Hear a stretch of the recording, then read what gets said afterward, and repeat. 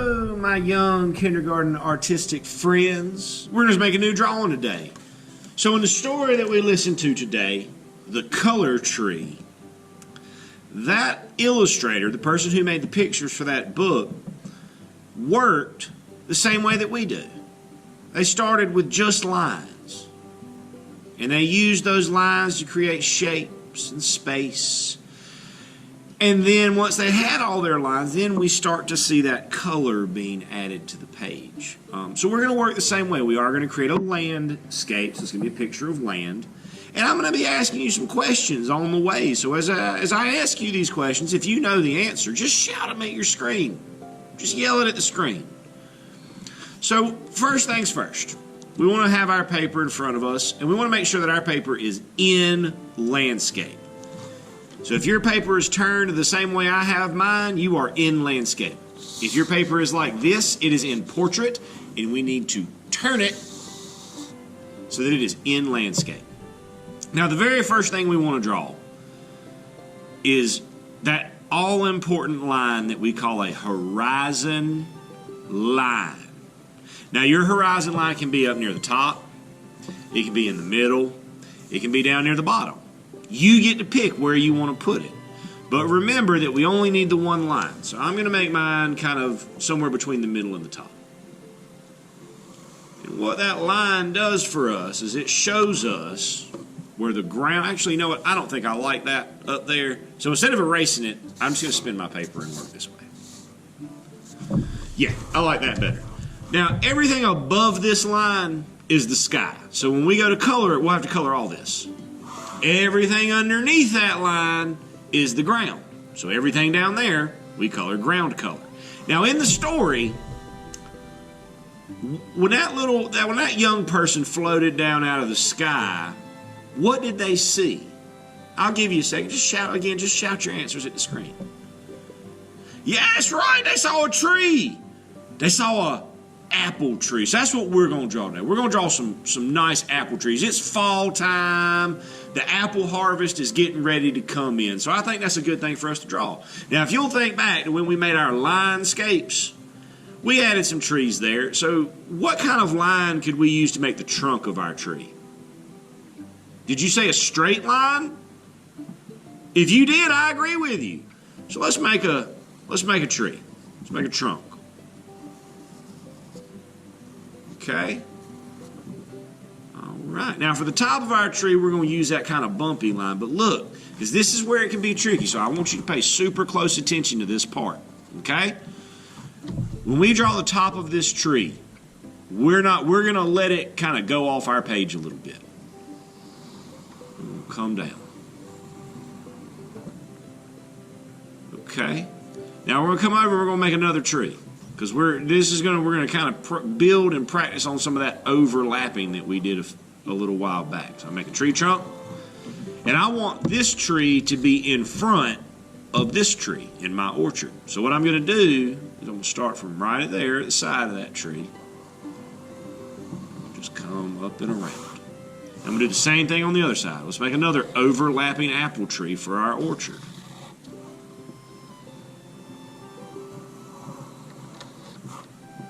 Okay, now let me ask you, now those were apple trees.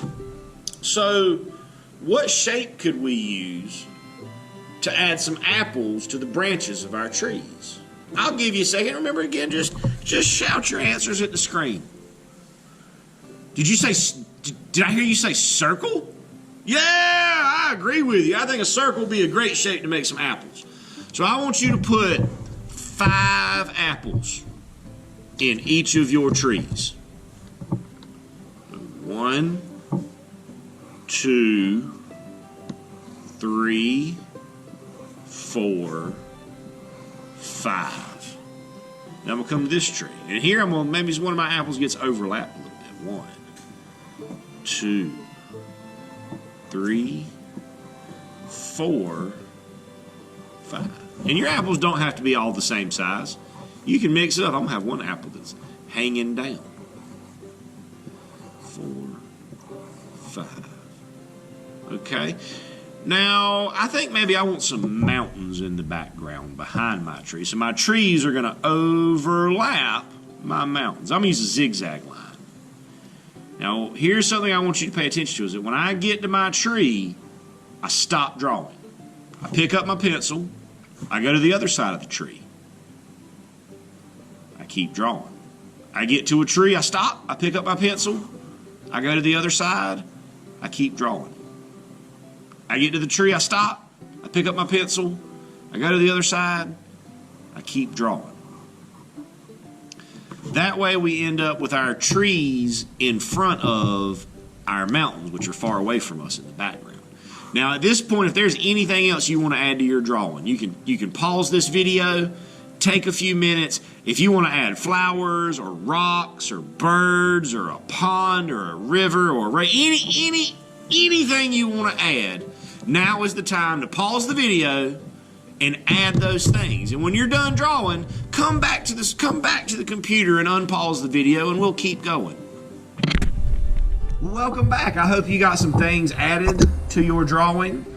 I was pretty happy with mine, so I'm going to leave it where it is. So here, I'm going to speed up this video, and I want you to see how I color this, because there are some things there that I want you to be aware of as far as how we use our horizon line and how we use all of our space.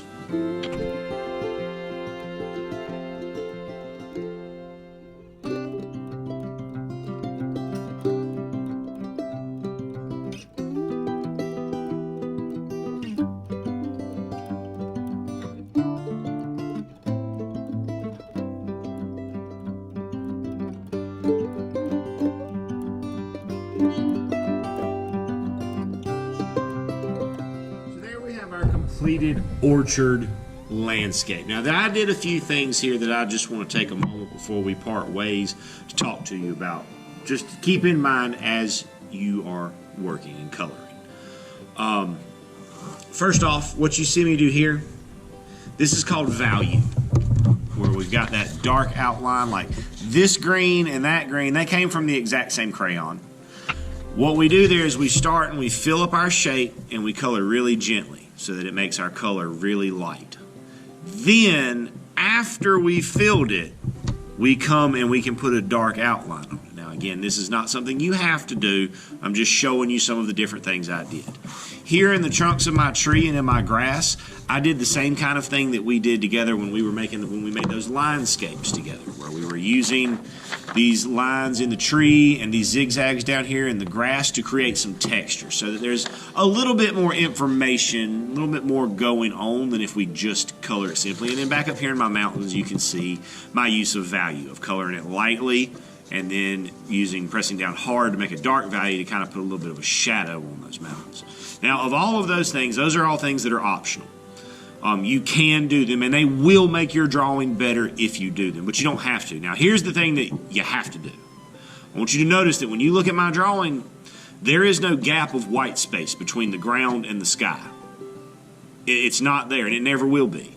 Because whenever we draw like this, we always color everything from the horizon line all the way up to the top gets made sky. So I made mine blue. Everything from the top of my mountains to the bottom of my page is part of the earth, part of the ground. So we make it groundish, ground type colors. So just keep in mind that horizon line is there to separate the ground from the sky. Everything above that horizon line is sky. Everything below that horizon line is the ground. Good luck to you on your overlapping orchard trees, your apple orchard. I can't talk, I'm sorry. Good luck to you, and as always, my friends, happy arting.